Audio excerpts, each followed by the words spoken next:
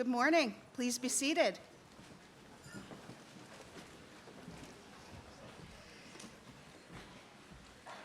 It's my honor to welcome you, family, friends, alumni, students, colleagues, members of the Board of Trustees, to Watkinson School and our commencement celebration of the class of 2025. We are meeting up today at the end of a much shorter walk from your cars because we're allowing our beautiful field to rest and be restored and ready for a beautiful fall soccer season. So what started as Plan B has landed so well here, as there's something so very right and beautiful about being here in the center of campus with Faringa as the backdrop and being so visible and so conspicuously placed right on the avenue for everyone to see. It's so festive that we're wondering now if Plan B might not be our new normal. I'm sure you'll let us know what you think. Thank you all for being here. No matter where we place this tent, it is the right spot for what we have come here to do today. To use the little time we have left to look at these students as the class of 2025, to congratulate them, to graduate them, and to celebrate them before we send them off. We begin today, as we always do, thanking the parents of the members of the class. This celebration is as much for you as it is for your children. We thank you for sharing them with us, for trusting us with them. So parents who are now friends, please stand so we can thank you properly.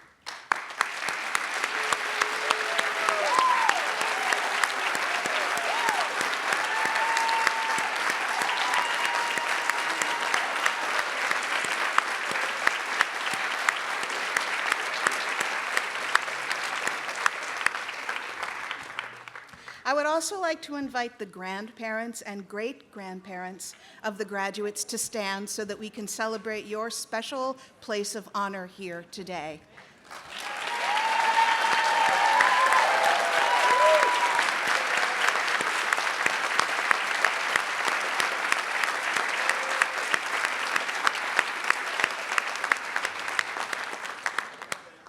Here this morning, we welcome honored guests from all over the country and the world. Some of you have traveled quite far, from places as exotic as New York, Massachusetts, Florida, Texas, California, Pennsylvania, Puerto Rico, and China. Thank you for making the trip.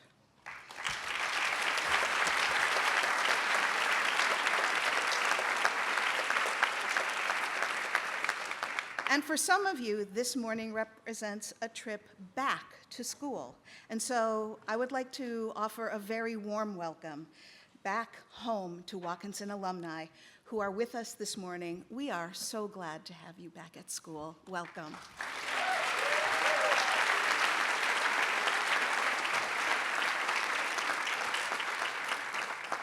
Okay, we're all in.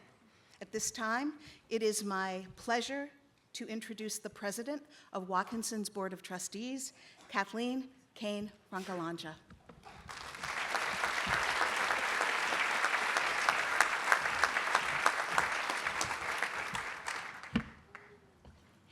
Good morning, Watkinson graduates. How cool is that? You're probably expecting me to congratulate you and wish you well this morning. But that is not what I'm here to say. Although, of course, yes, I congratulate you, and of course I wish you well. Everyone here today will be wishing you well and congratulating you. What you may not be expecting me to do is to be thanking you. I want to say thank you for making Watkinson your home for as many as 7 years or as few as 1. I want to say thank you because during your time here, you were the very embodiment of our mission, our very reason for being. Watkinson's mission is to give students the power to shape their lives and the world around them. Well, guess what? The whole time you were here, you were shaping this world. You are very part of the world that is Watkinson. You have been shaping this world for your friends, your teachers, your classmates, and your teammates. Watkinson is a live, living place, thanks to you all, and I want to thank you for all you have done to make that true. So if you're ever wondering how you're going to go out into the world and shape it, if you were ever worried that maybe that mission was too big for you, fear not, you have been doing it all along just by being you. If you go on from here to live your best life and be your best self, you will be shaping the very best world for all the people you share it with. So, of course, I wish you well as you leave from here. Everywhere you go from here, I wish you well.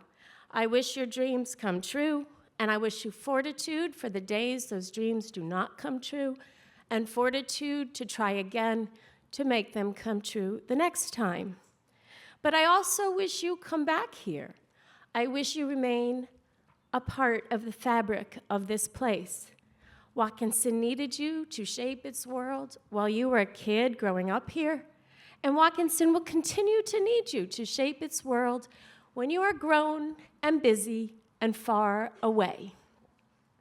So I wish you well everywhere you go in this great wide world, but I wish you many returns to this beautiful little world from whence you came. Watkinson will be so proud of you. Watkinson will be missing you, and Watkinson will be counting on you. So be well, but don't be a stranger. Don't stay away too long. And so I will just say until next time, everywhere you go, good luck, bravo, and congratulations.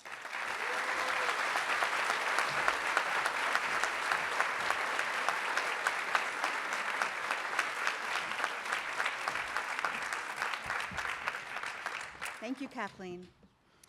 For over 40 years, a Watkinson's graduation has been centered on a commitment to giving time and space for our students to find and use their voices. Our commencement is an extension of our school, and it is one final way for students to do what they've become quite accustomed to doing, quieting themselves to listen for the story that they feel compelled to tell, and then working to create a meaningful message one last time. Unlike some schools who search for the one person from outside the school to bring meaning to this day, we see things differently. We didn't work this hard to cultivate the voices of our students so that they could sit and listen to someone occupy the center of their graduation. That space, this space, belongs to them. So we have many speakers, 12 today, 12 presenters. The process of presenting at Watkinson's graduation is open to all members of the senior class. As long as they are willing to work hard and under the guidance of a faculty mentor, adhere to some pretty strict time and deadlines, and perhaps most importantly, be willing to reveal something that reflects a part of them, a part of who they are, and then they're in. These students have done all that and more. The presentations that you are about to hear then are the very centerpiece of our commencement today. And so it is with immense pleasure that I introduce our first presenter, Jack Grinnell.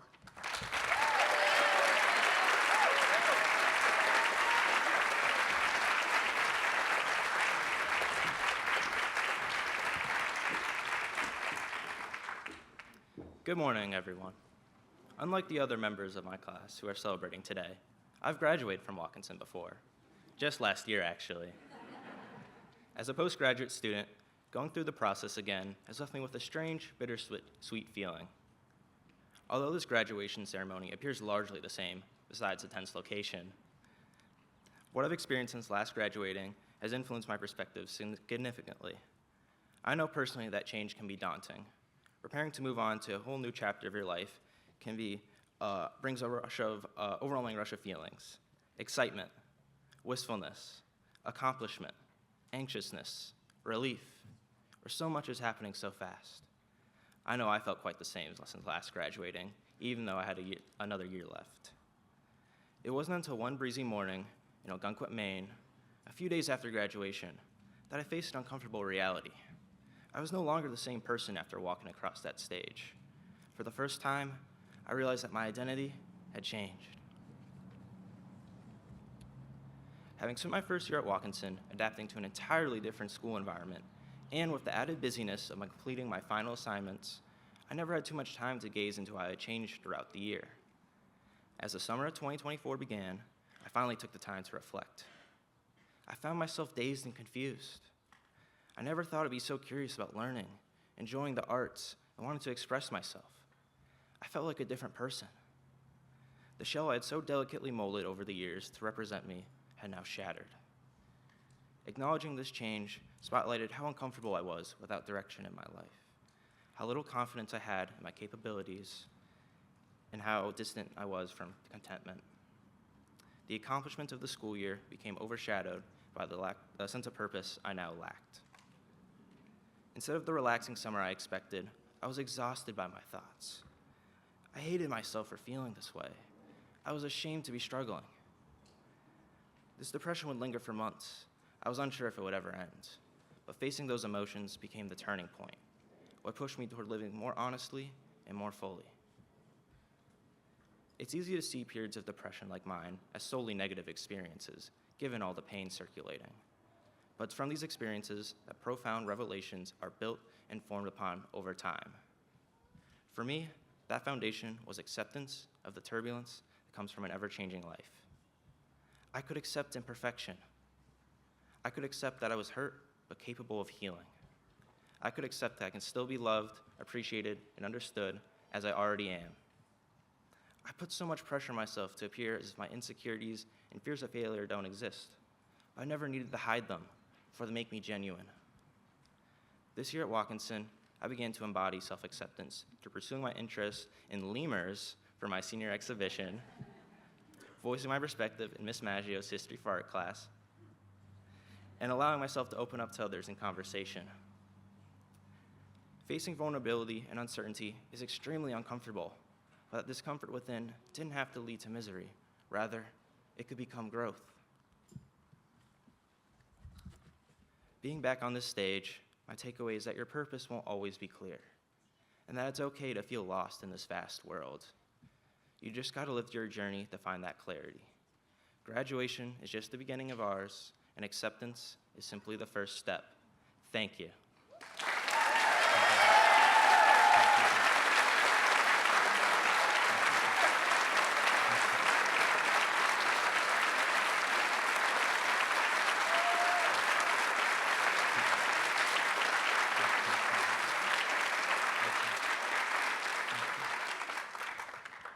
I would now like to introduce my friend and classmate, Eva Giannini.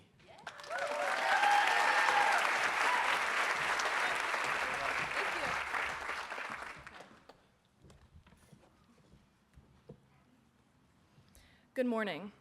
It was 7 a.m. I'd slept maybe 3 hours, had a physics test, and basketball practice later. I was running on pure adrenaline and stress. Then I heard it. Zoe, my sister, belting the same high note from the bathroom over and over and over. Her voice, undeniably beautiful, just not at 6 in the morning, echoed down the hallway like an alarm clock I didn't ask for. I opened my door and yelled, "Zoe, be quiet!" She didn't stop, she just sang louder. Zoe's 5 years older than me, and growing up, despite the gap, she lived like the volume was always up. She was bold, loud, creative, and didn't wait around for permission. I remember one coffee house at Watkinson, out of nowhere, Zoe decided she was gonna sing. No build-up, no plan, just picked a song, learned it, and got up there the next day like it was no big deal. She did stuff like that all the time. Jumped into opportunities, took risks, trusted herself, and watching her do that made me want to take more chances with my own talents too. Not because I didn't believe in them, but because she showed me how to actually use them. That mindset stuck with me and helped me step into who I am. People like her don't need to give big speeches or spell things out to inspire you. They just live unapologetically, and that's enough. You watch them be themselves fully, and it makes something click. In my junior year, I had an English paper I couldn't figure out. Zoe was in the middle of college finals, but she stayed on the phone with me past midnight, yawning every 30 seconds, helped me talk through ideas, and never once made me feel like I was a burden. She's always found a way to show up, even from miles away. The day it was announced I was New England Player of the Year for the second year in a row, I came home and found flowers on the doorstep. For a second, I thought I had a secret admirer, but nope, just Zoe, somehow already on it. The card read, "I'll always be proud of you and believe in you no matter what." And honestly, with her college bank account, sending flowers was a bold choice, but that's just who she is.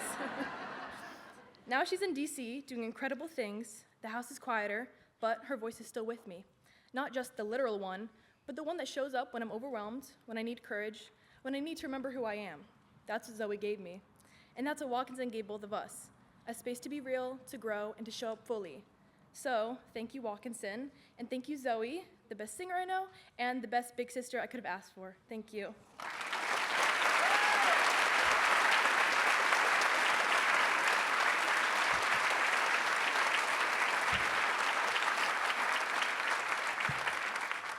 Oh, sorry. Now introducing my friend and classmate, Aurelia Pia Squatrito.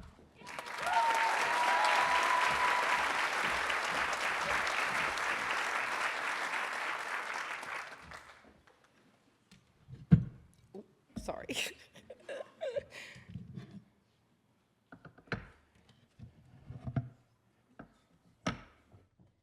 Good morning. Would you consider yourself a perfectionist? I like things to be a certain way and be produced to the best of my ability, but I don't think that I'm a perfectionist. That's what I tell people.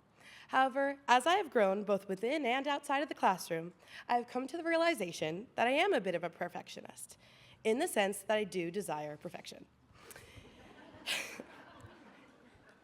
Even when teachers say I need to gain some academic confidence and try to not make everything so perfect, they say it slows the processes down.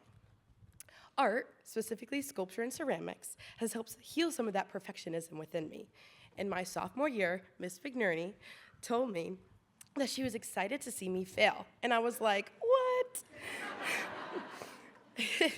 I was shocked because I had never heard a mentor nor a teacher tell me to my face that they not only wanted to see me fail, but were awaiting the moment I did. She explained that throwing on the wheels specifically can change one's mindset because you fail time and time again. You have no choice but to accept it. As one of my favorite bands, Lake Street Dive, always says, even the weatherman gets caught in the rain sometimes. The world sometimes works in funny ways. During the process when I am creating, I inevitably make a mistake. However, once fully fired and completed, that original mistake ends up being my favorite part. I wouldn't want to have it any other way. For example, this clay lamp, or how I like to call it, my clamp, melted and fused together a little bit in the kiln. At first, I was upset at the fact that it was damaged, but it grew on me.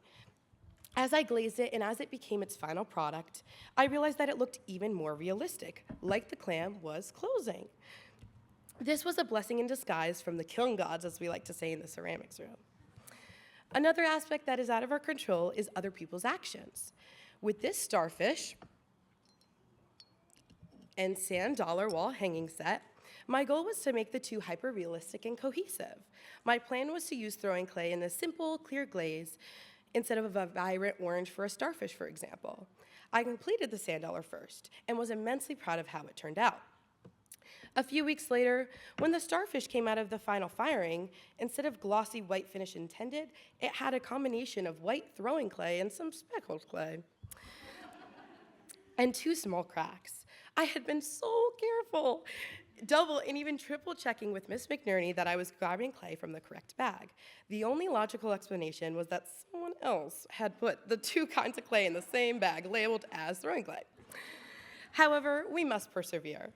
I added gold to the small cracks and changed my mindset to see what others were saying, that the starfish looked like it had been placed in the sand. Today, we are high school graduates. No matter where we end up, we need to try to live in each moment, remember the journey, and make our own version of perfect.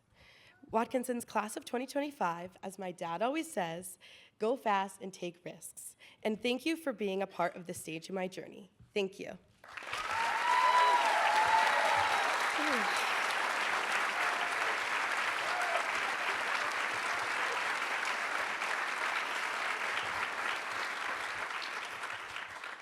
I would now like to introduce my friend and classmate, Abby Belanger.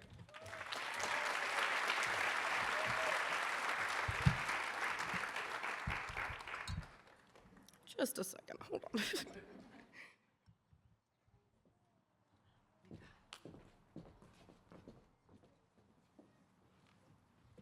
Good morning, everyone.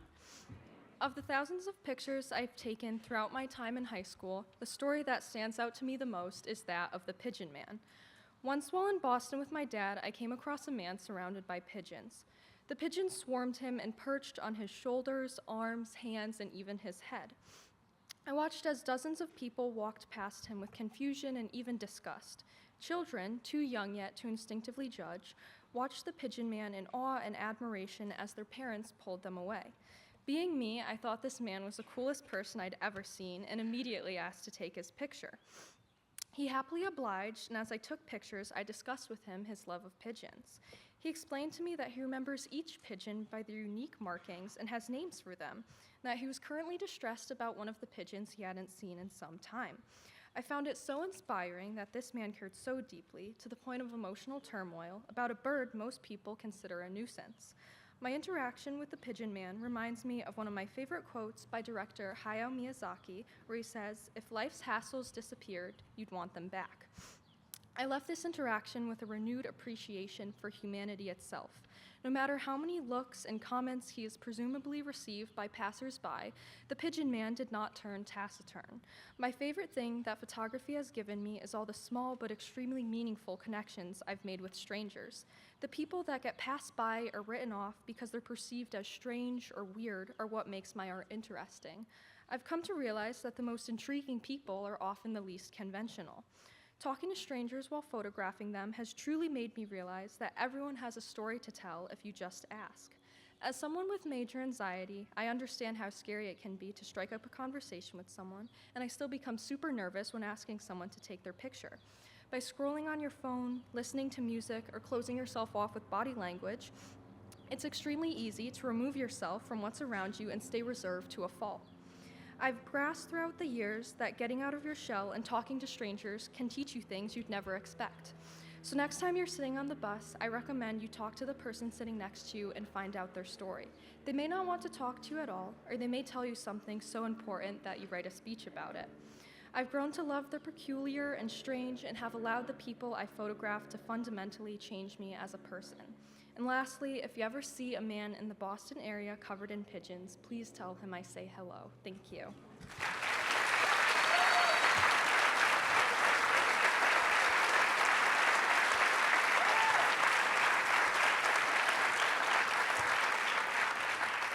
And now I'd like to introduce my friend and classmate, Julia Schoenfeld.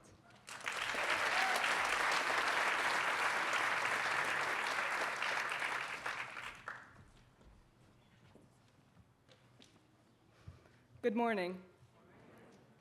And now, the end is near, and so I face the final curtain. My friends, I'll say it clear, I'll state my case, of which I'm certain. I've lived a life that's full. I've traveled each and every highway in Connecticut. And more, much more than this, I did it my way. I'm sure you can imagine that when I first got here in 6th grade, I was a completely different person from the one standing before you today. For starters, I was a lot shorter, and I had big shoes to fill. My sister, who came to Watkinson a few years before I did, has always been a role model. I'd always looked up to her and saw my own potential in her success. Back then, she still had a few inches on me too. Besides being a lot smaller, I was also much more shy in 6th grade. I think my height represented my voice back then, not too small to be unnoticeable, but not big enough to stand out. It wasn't until my very first all-school announcement with my sister standing right there next to me that I got some of my confidence. For the next 3 years, I began to develop lifelong connections and core memories, like when Hans got chased by a goose, or when Amani got pushed into the river during a BMI exploration. For the most part, middle school was my adjusting period, a time when I started laying the foundation I'd soon be building upon. When I came back from my first year of high school, I'd had my first growth spurt. I was almost as tall as my sister. But just as I started to settle in, my world shifted again when Jade had left for college. So, living without the most important person in my life, I learned how to be independent through writing. Junior year in the creative arts program then came, and while writing is a solitary experience, CAP is a collaborative one. I began to see the world through other people's eyes, and I tested my newfound freedom by taking every risk I could think of, like painting live during a CAP seminar and writing a 200-page novel. I learned to be a writer, an artist, an athlete, a student, a friend. And with everything that I've learned so far, I feel ready to tackle the biggest challenge yet, rewriting Frank Sinatra's famous lyrics. For what is a student? What have I got? If not myself, then I have not. To say the things I truly feel, and not just words meant to appeal. I could have froze. Instead, I rose and did it my way. Thank you.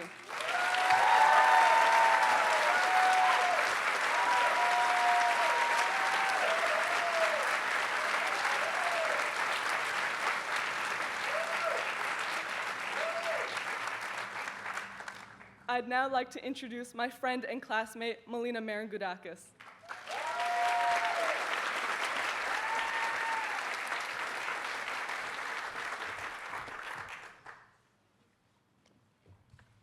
Good morning. If I could go back and tell my younger self that I'd be standing up here, I would have told her she was crazy and there was no way she would be up here saying a speech. Growing up, I was a girl walking down the halls, scared and worried that people would make fun of me because of the way I dressed. I didn't like wearing makeup, dresses, skirts, or having my hair down. Those who know me probably don't believe me when I tell them I used to be an actor or a model because I'm athletic, always running down the field or court. When I was younger, that's the only thing I wanted to be doing.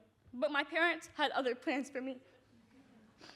A typical Saturday morning for a lot of my friends was waking up and watching cartoons, while I had to get up early and drive an hour to drive to Westport, Connecticut, to have acting lessons and practice my model walks on runways. I never wanted to go and could not wait to get out of those classes.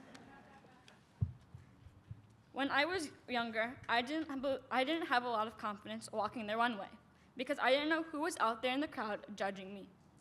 Looking back and realizing that taking acting lessons helped me grow as a person. Those lessons helped me learn to take risks, to speak in front of a large group of people, and to know the value of self-worth in being a leader. I'm very proud of what I have accomplished. A big lesson that I learned is that all the worrying and being scared was not worth it, because I have grown as a person. I have learned that being a leader with courage will take you far, but if you're a follower, you'll have a harder time with building your confidence because you're missing out on taking risks. Walking into prom these past 2 years, with my hair down, wearing a dress and makeup, nobody recognized me, even though I had classes with them. I can say, since I've been at Watkinson for the past 6 years, I have walked around campus with my head up high. I'm really happy that I had the opportunity to be able to act, model, and be an athlete, and have the opportunity to try different activities. It has helped me to open my mind to do things that would get me out of my comfort zone. If I didn't do those things when I was younger, I probably wouldn't have the confidence today to stand up here and share my speech. Thank you.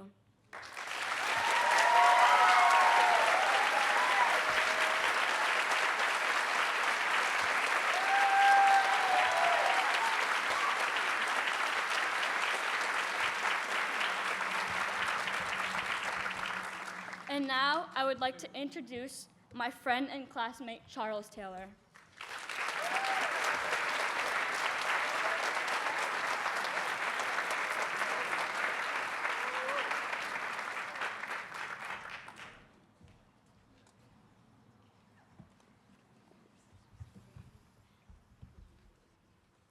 Good morning, everyone. 4 years ago, I performed on this stage when most of us were graduating from 8th grade. After that performance, I told myself that I would play even better at senior graduation. But at that time, it seems like the moment was a million years away. But those millions of years have passed, and now I can't wait to play in front of you all the song I've prepared as a transition into this next chapter of our lives. The song I've selected is Feeling Good by Nina Simone. Yeah, that got people excited. Some of us might be excited about what's coming next. Others might be struggling to adjust. I chose to play this tune as a testament to how far we've come, what we've achieved along the way, and what we will continue to achieve throughout the rest of our lives. I wish us all the best, and please enjoy Feeling Good by Nina Simone.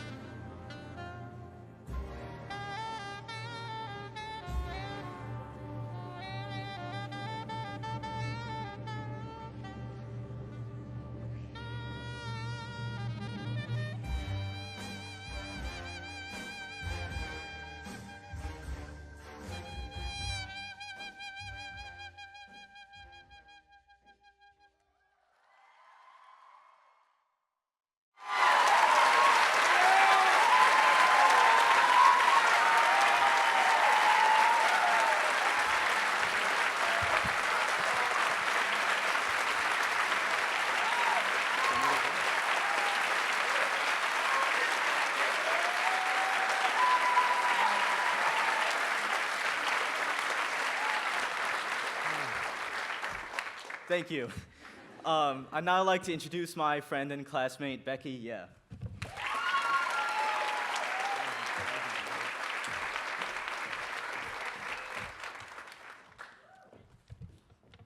Good morning, everyone. As I stand here today, I can't help but reflect on how much this past year has shaped me. 2 years ago, I came to this country full of hope, believing that I was stepping into a better environment, one that would offer more opportunity, more support, and maybe even a sense of belonging. But the reality didn't match my expectation. I couldn't tell if I felt alone because of something within me or because of the environment around me. It was a really tough time, filled with doubt and uncertainty. The disappointment hit really hard, and I found myself questioning everything. Why did I came? And was it really worth it? That self-doubt ran really deep, and for a while, I didn't know how to climb out of it. Then last January, I scheduled a tour and bought a Peter Pan bus ticket to Connecticut. I traveled from my previous school in Boston to Watkinson without telling anyone, not even my parents. I wasn't sure what this decision meant, and I was scared because it would be the third high school in 4 years, and people would question this choice. But I knew I had to try. I had to find a place that felt like mine. I was right. Looking back now, I can proudly say that I was right for trusting myself. Even though this is my first and only year here, I felt more comfortable and more growth than in any other place I've been. Watkinson had given me the comfort to be myself, and it's given me the freedom to be myself without fear or apology, sorry. So as I prepared to leave, I carried the realization that sometimes where we belong isn't handed to us. It's a place we find for ourselves through your choices, your courage, and the person who walks beside you. Thank you all for being a part of that place, for being part of my journey. And lastly, I want to tell my class that don't be afraid to step into the unknown. Trust that you are capable of finding and creating the space you will truly thrive. Your journey may not always be clear, but every step you take is a step towards something greater than you can ever imagine right now. Thank you.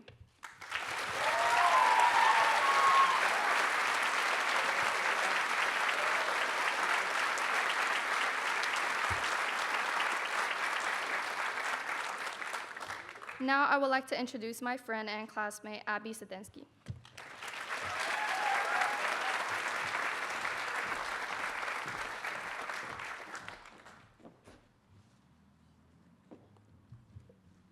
Good morning, ladies and gentlemen. I can't tell you how glad I am to see all of you here today. I'd like to start by telling you that, yes, I know it would be cliche for me to quote a great person. There are many philosophers and historical geniuses whose work I admire and could have referenced in my speech here today. Instead, as I stand up here with my graduating class and look into the crowd, I see one particular person whom I'd like to quote for you all here today. He could be a philosopher. He's had a decent number of what I call genius moments, but there is no doubt that he is a great person. The great man whose teachings I will be imparting to you all today is my dad. Mr. Scott Sedensky, like many people in the audience, is a teacher. Yes, he has a degree in education and was for many years a classroom teacher, but again, like many people in the audience, he is also a teacher beyond school grounds. There is a certain level of kindness and knowledge that we as rising adults must put into the world. My dad is a person who possesses both of those attributes in large quantities, although sometimes he laughs when maybe he shouldn't. But looking past his taste in humor, one that I've gladly inherited, my original point was to emphasize his usual kindness. For everyone in the audience today, and especially for everyone sitting behind me, I will pass on the words of wisdom that my dad says to me each time we say goodbye. Be smart, be safe, and make good choices. These words have always held a significance to me, but I now hope that my classmates will also benefit from my dad's motto. You see, it's easy to be smart and safe when you just make good choices. Life is all about choices. Our parents all chose to send us to Watkinson. The faculty chose to let us graduate. And we all chose where to go after Watkinson. After today is over and we leave this campus for the last time as students, I implore everyone here to make another decision. I hope we all choose to live happily. Looking past all of the challenges and hardships that we must face as we grow through life, I wish every one of my classmates a life full of happiness and quality. And I hope that the choices we all make will lead us to such lives. I hope that all of the people here today, up on stage or in the audience, will make all of our decisions with the same kindness, empathy, understanding, and wisdom that my dad does. And, as my dad says to me before we say goodbye, I hope to say something to my community of 7 years before I say goodbye. Be smart, be safe, please make good choices, and most of all, thank you.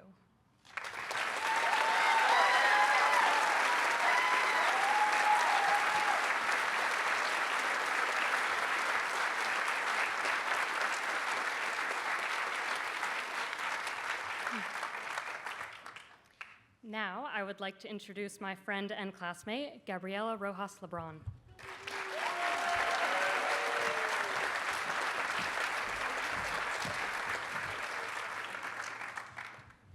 Good morning. The last few Thanksgivings, rather than celebrating with my family, I was 1,500 miles away on the Dominican Republic service trip. There, I found a new home, a place where I felt deeply loved, supported, and connected to something so much bigger than myself. Each year, as I returned to La Romana and the sugarcane villages we worked in, I met people who changed my life for the better. The first year, it was an elderly woman whose vulnerability shocked me as she welcomed me into her home, showing me what her living situation was like. Her house was made unlivable by various bug infestations and patches of black mold that clung to the walls. Despite the harsh conditions, she carried herself with grace and a quiet strength that moved me. Every day that I returned, she welcomed me with the same warm smile, as if I were an old friend. The second year was Café, one of our translators, who day after day showed me what selflessness looks like. He never hesitated to support me, like when he helped me walk around Bate Papita with food packs, visiting old friends and new ones. He never hesitated to crack a joke to make me laugh when I was having a hard day. He never failed to put everyone before himself. He's basically the exact kind of person you want in your life. This past year, I met Juan, a 7-year-old who stole my heart. His stubbornness and ambition reminded me of my own, and his joy was refreshing. On the first day I was working on our construction team, he broke the rules by helping me paint a home. He told me about his life, his dreams of becoming a painter, and we joked about how similar, yet different, our cultures were, with me being Puerto Rican and him being Dominican. Hearing him talk about his hopes and dreams showed me that no dream is too big, nor is any dream impossible. It's in the Bates that I learned my most valuable lessons. First, lead your life with selflessness and empathy. Putting others before yourself is more rewarding than it is punishing. Second, appreciate the little things. Not every interaction or act of service has to be grand for it to be impactful. Third, you can create meaningful relationships beyond the barriers of distance, language, culture, and struggles. Human connection is so much more than who we are on the surface. And lastly, never, and I mean ever, complain about being tired in front of Miss French. She'll most likely roll her eyes at you, tell you she doesn't want to hear it, and then flex her very impressive muscles at you. However, she'll also push you to give it your all. Never give up on yourself or the people around you. Here at Watkinson, there was never anyone who let me give up. Every time I told myself that something was too hard, too scary, or simply impossible, there was always someone to remind me of how capable I am of doing great things. The same encouragement carried me out throughout my time in the Dominican Republic, where the service team became an extension of that support system. Being a part of the Watkinson community has been a privilege, but it has been an even greater honor to be a member of the Dominican Republic service team. So as I spend the next 4 years studying in our nation's capital, working to bring meaningful change to our country, I'll carry these experiences with me, bringing a little bit of Watkinson with me wherever I go. So thank you. From the bottom of my heart, thank you.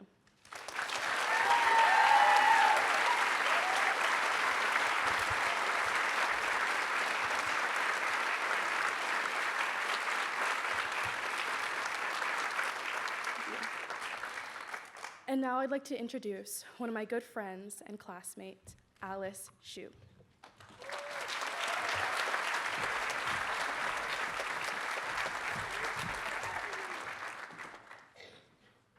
morning. For those who know me from the past few years, it's no secret that when I first arrived in Connecticut in 2021 at age 12, from the business city I call home, I was convinced Connecticut was a temporary mistake. I've been advised to not be mean, but let's just say I became quite a complainer.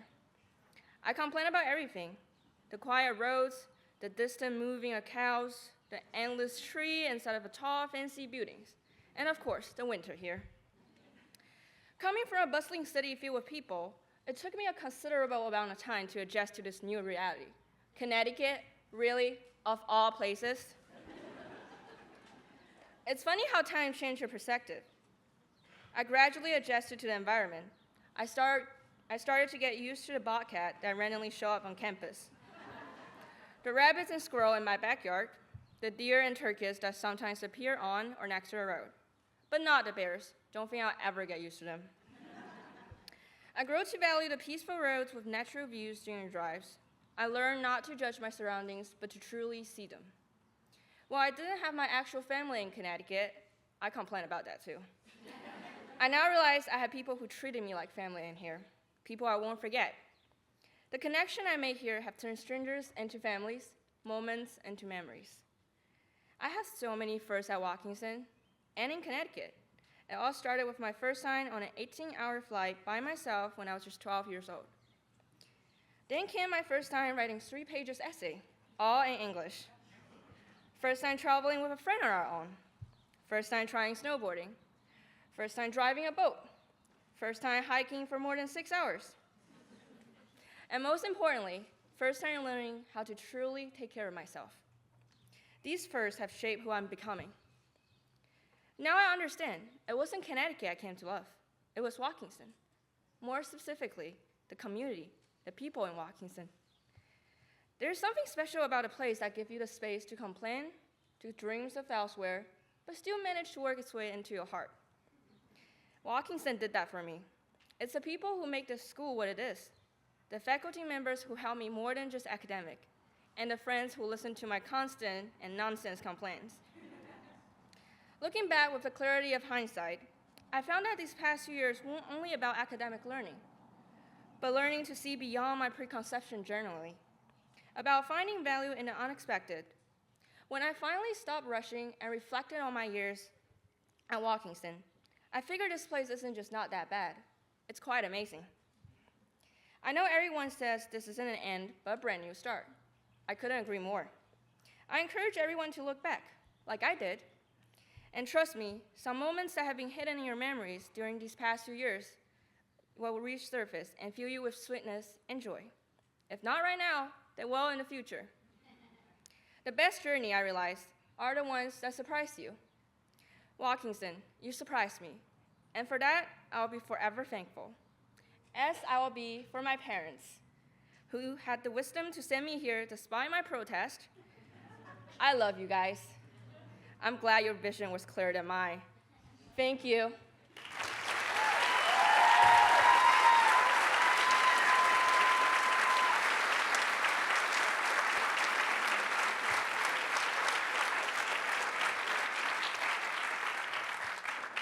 And now I would like to introduce my classmate, Macy Aceta.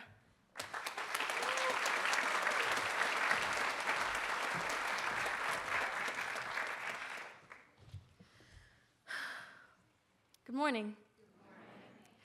It's after graduation. I've said goodbye to my favorite teachers, and now I'm really thirsty. I find myself at a cute little cafe, the scent of coffee and fresh bread wafting through my nose. I order myself an iced matcha latte. I grab the cold cup and look for a place to sit. That's when I see her, myself from around 4 years ago, sipping on some caramel frappe with way too much caramel. How is that possible? I ask myself, but I go ahead and sit down with her anyway. She looks up and is immediately shocked. You look just like me. How is that possible? Well, look, this may sound odd, but I am you from 4 years in the future. I just came from our high school graduation.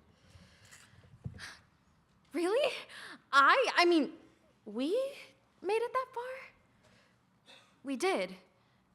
It was hard, but we did. So, do we still do theater? I like it, but I'm worried I won't be able to memorize anything. I ask for small parts when I do it.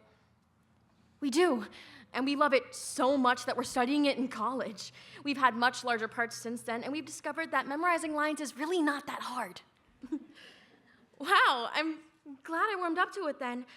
I had no idea what I was going to do in the future. So, do people like us? Like, do we have any friends? Well, look, people are always going to have their own opinions. You can't make everyone like you. I mean, it's always good to make yourself more likable. See, I don't waste my time on the people who don't like me. I spend my time on the ones who do. You're everything I want to be. I know. I think all of us could see ourselves in this story. Every single one of the people sitting behind me today have changed so much since our first day of 9th grade. After graduation today, you too might find yourself sitting in a cafe. You might look around and see your younger self sitting in there with you. You can talk to them, leave them be, or leave the cafe entirely and forget you ever saw them. But they'll always be there with you, ready to talk when you are. Always take the chance to peer into the past and see how far you've come. Thank you.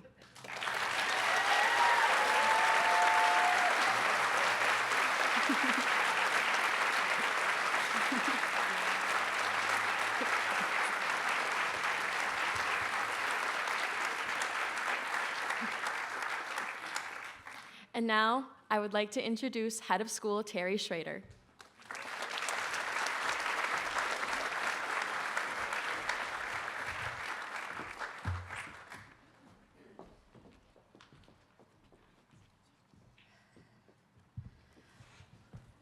I'm not really a big "it's not fair" person, although I would like to say right now it really doesn't feel fair that I am speaking after these presenters today. Those were beautiful. Every single spoken word.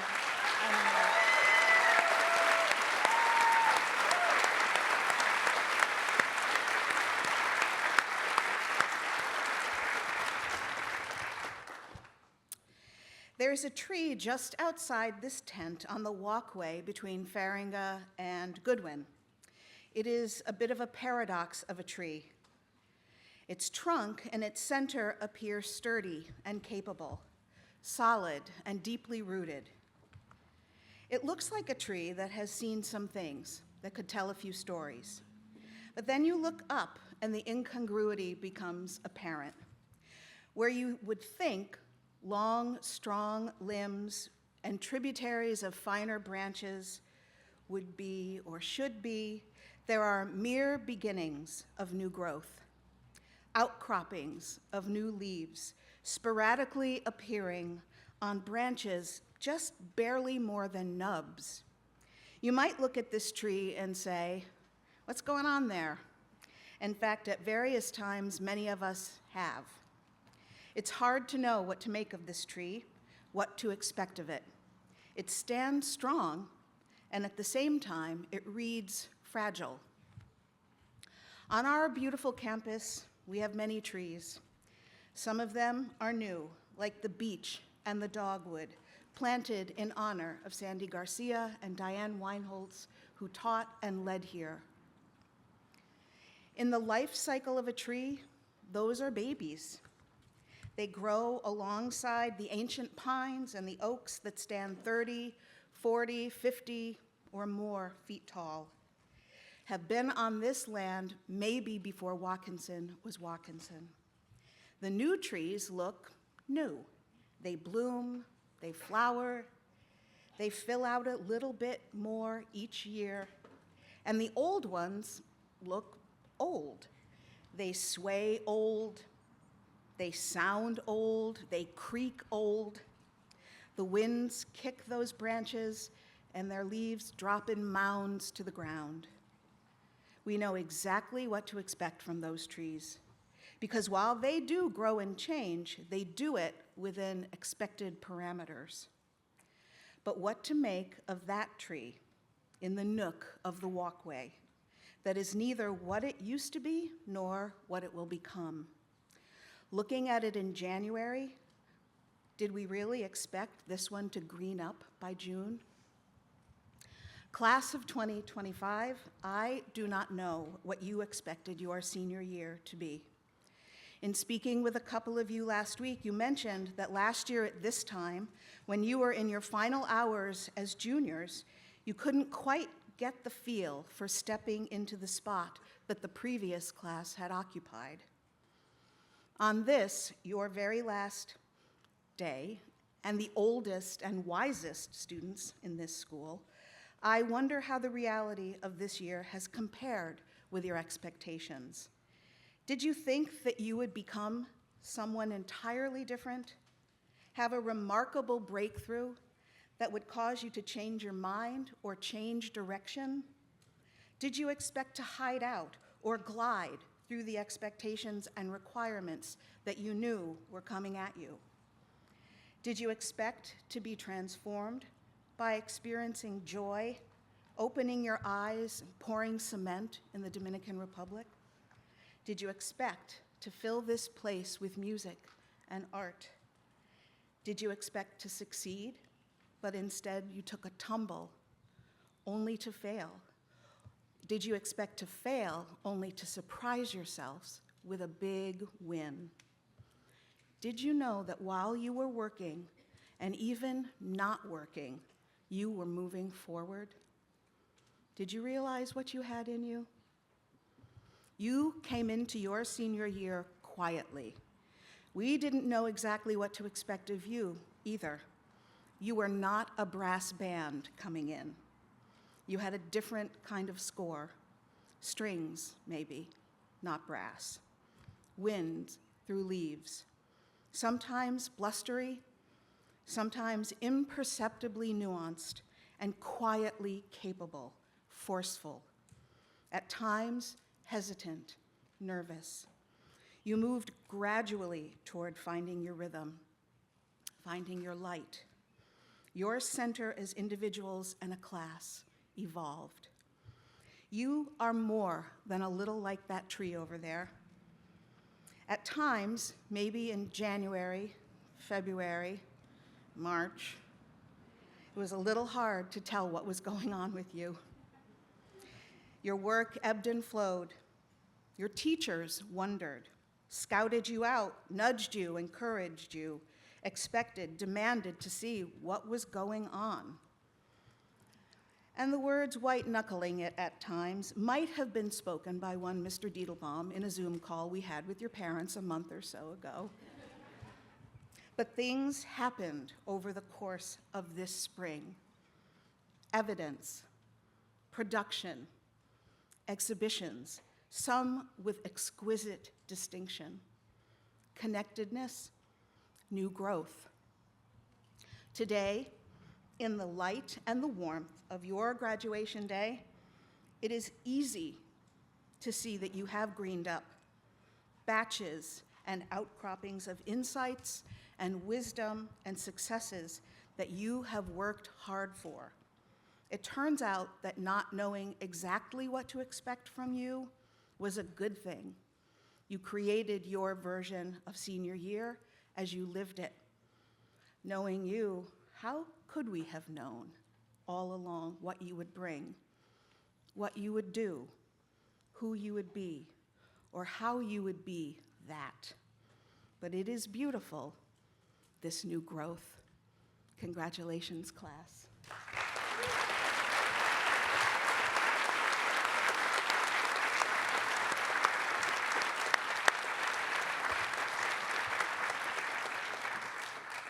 I'm going to invite Mr. Crossan and Ms. Francalanja back onto the stage so we can do some graduating. Yep.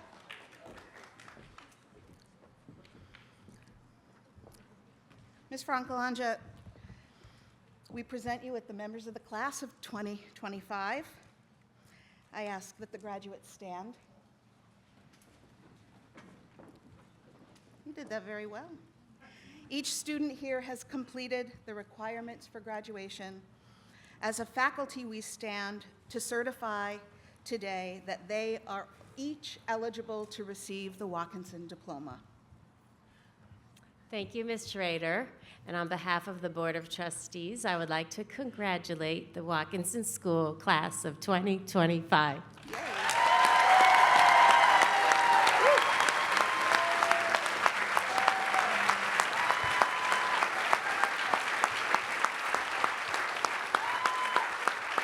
All right. It says all sit, so see if you can do that without plopping. We've rehearsed this. Every August before the school year starts, the faculty gathers up for one of our favorite traditions, the slideshow, where we are introduced to every new student. And this late summer ritual, John Crossan introduces the new students to us. He calls their names as they start their days at Watkinson. So it is only fitting that Mr. Crossan will call the names of our graduates on this, their last day at Watkinson. We will be awarding the Watkinson Diploma, as well as diplomas for students who have successfully completed the demanding courses of study in the Global Studies program and in the Creative Arts program. Those students have worked with distinction and determination and excellence within their chosen disciplines, completing the arduous requirements and certified by Ms. Stacy Donovan for the Creative Arts program and Dr. Jen O'Brien for the Global Studies program. Thank you for your work. Mr. Crossan will distinguish our dual diploma recipients as they receive their Watkinson Diploma. We award the first diplomas to those students who have done the most time at Watkinson, affectionately known as lifers. These students began their Watkinson story as sixth graders, so this is where our ceremony begins. With one more note, one member of the class of 2025 is the child of a Watkinson graduate. And so when that happens, you will see us marking that moment, and you will be part of that tradition by celebrating along with us as he comes to the stage to present his child with their diploma. You'll know it when you see it. All right, a quick set change. Here we go.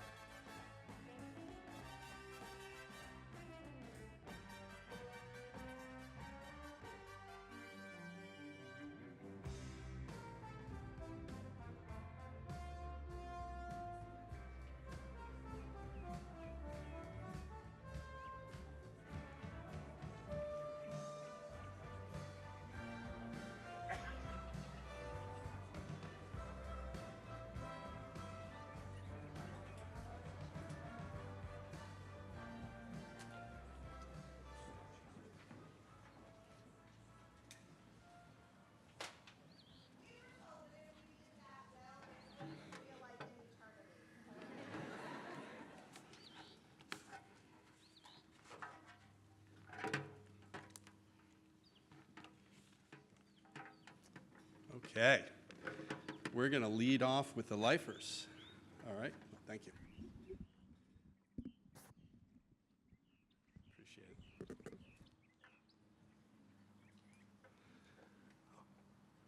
Hans Ellis Ovitsmark. Woo.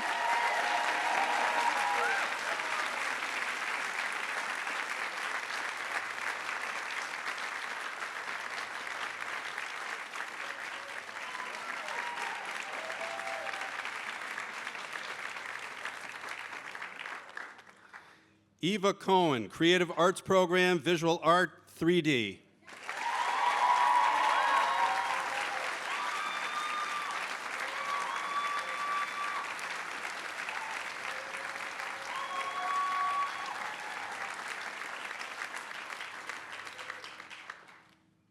Robert Andrew Gendrajak.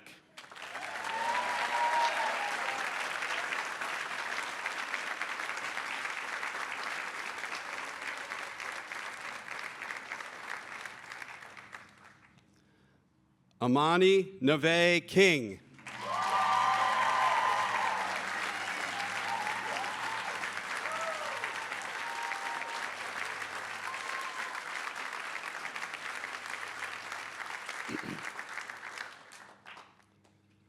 Jack Stephen Maslish.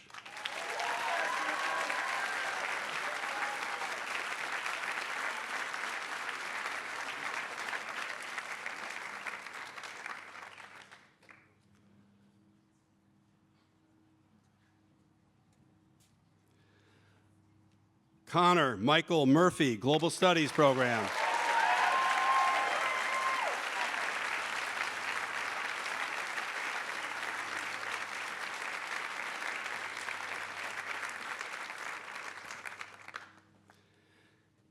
Abigail Rose Sadinsky, Creative Arts Program, Landscape and Floral Design.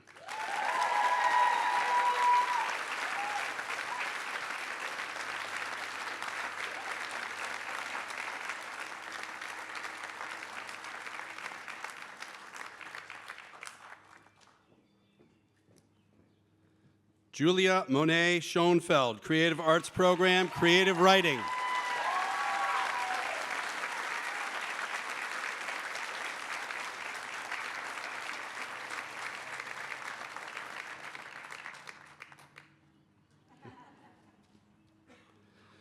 Aurelia Olympia Squatrito, Global Studies Program.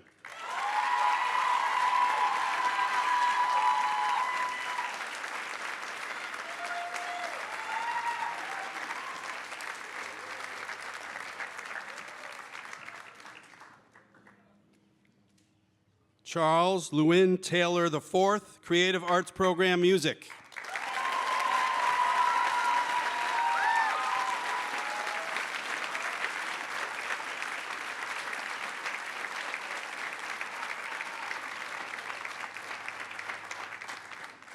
Well done, lifers. And now, the rest of the distinguished class of 2025. Maisie Jane Aceta.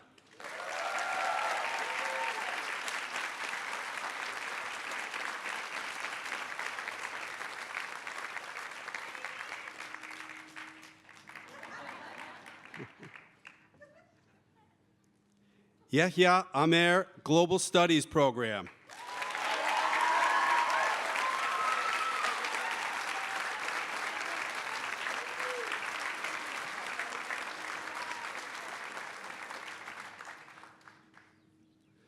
Jalen Amir Anderson.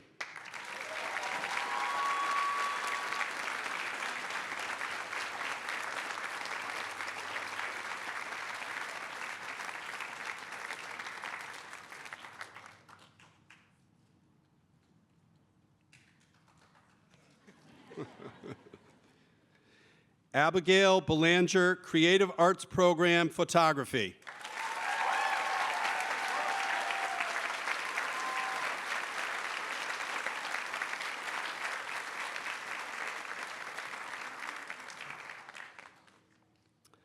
Katya Benhaj Frej, Creative Arts Program, Visual Art 2D.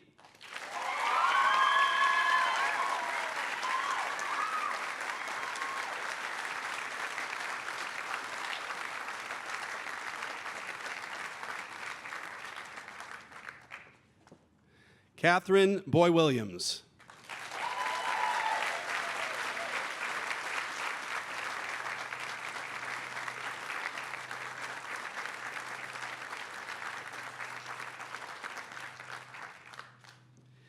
James Howell Branning.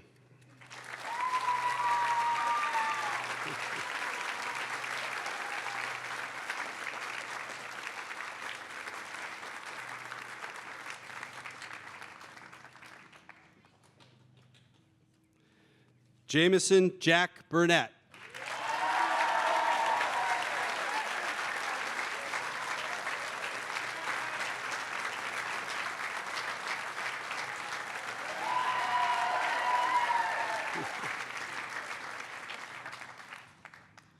Ian M. Carrier-Hay.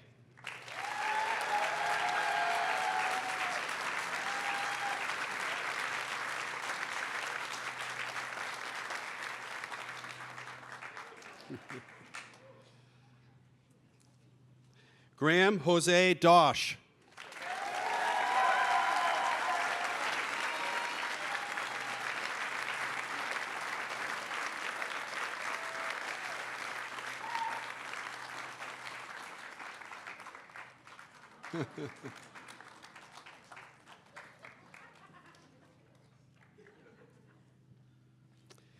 Eva Samara Giannini, Creative Arts Program, Visual Arts 2D.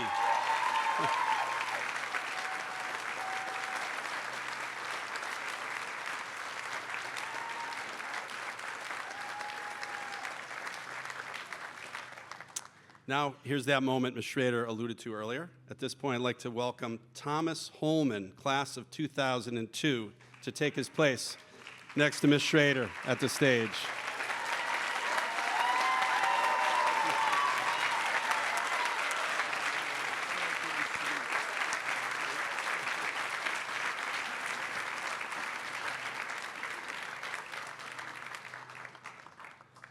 We did that very thing 23 years ago.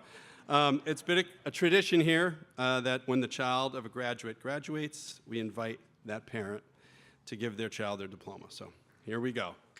Jabril Omar Holman.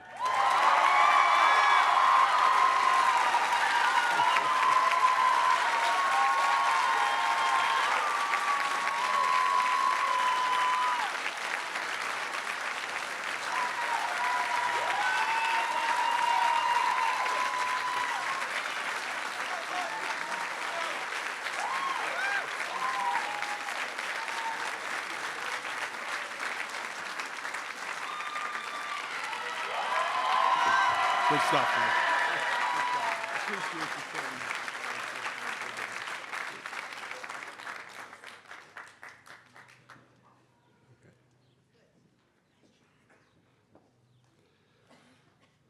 Holden David Hertuck.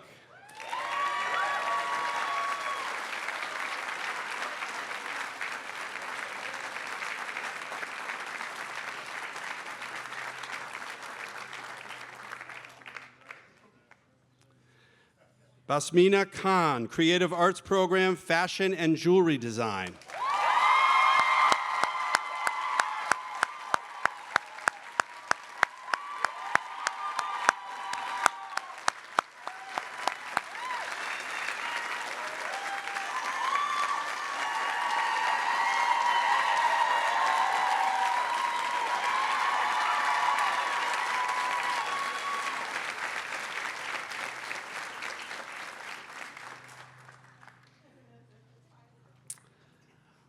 Ravi Kaneru, Global Studies Program.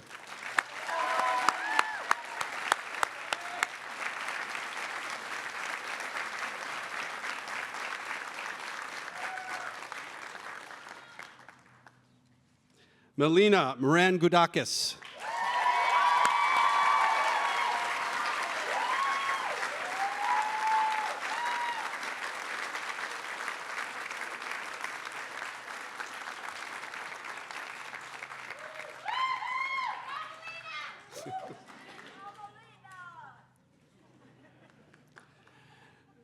Nathan David Naylor.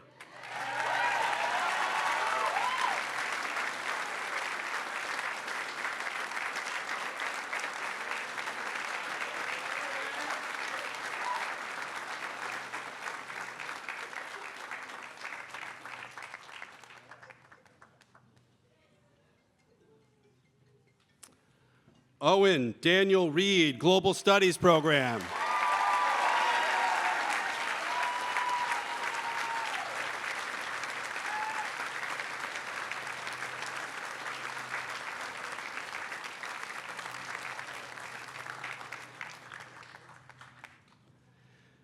Benjamin Campbell Resor, Creative Arts Program, Visual Arts 2D.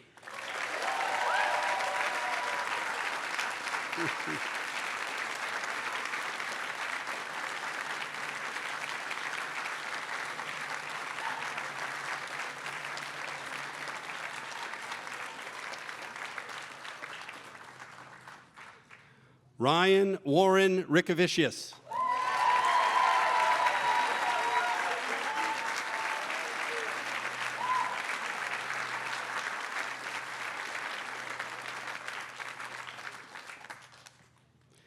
Gabriela Jare Rojas Lebron, Global Studies Program.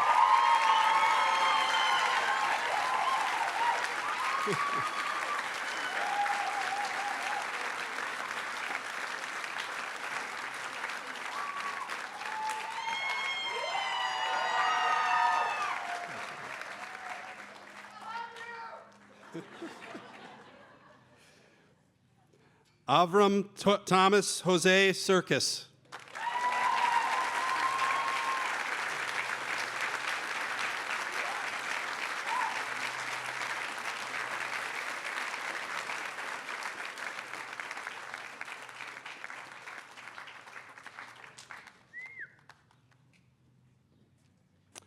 Autumn Ray Fallon Walker.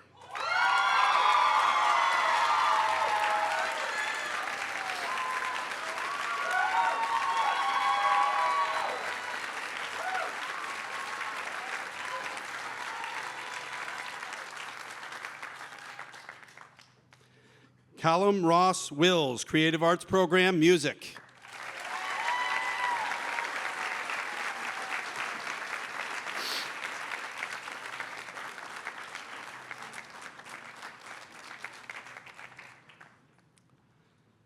Noah James Wood.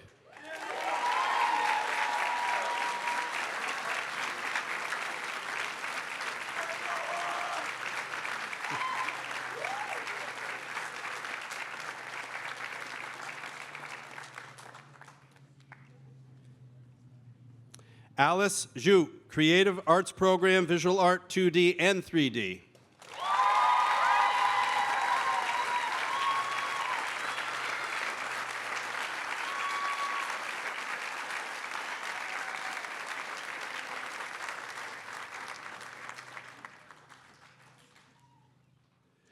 Becky Ye.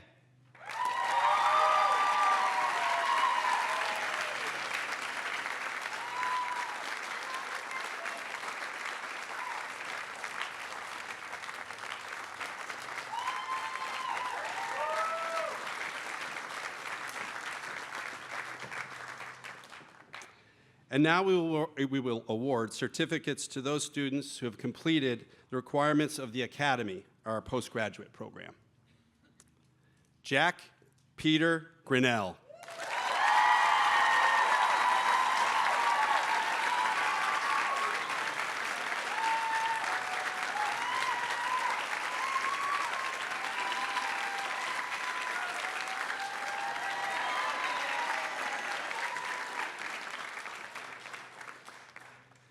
Victoria Isabella White.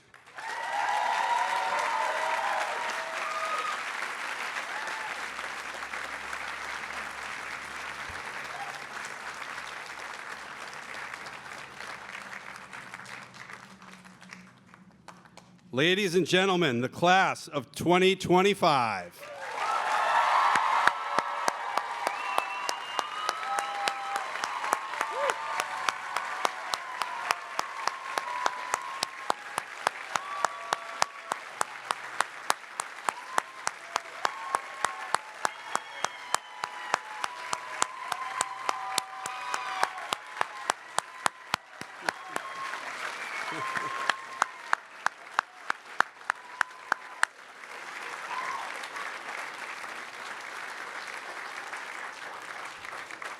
Congratulations to those on stage and everyone else.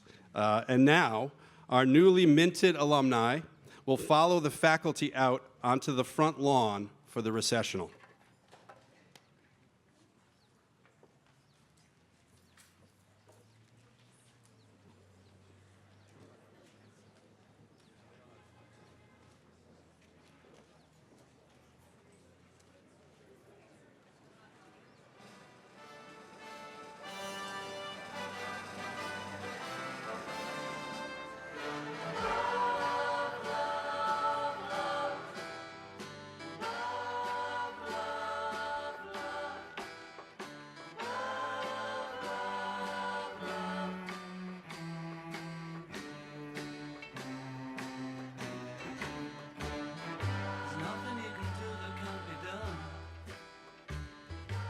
Nothing you can sing that can't be sung.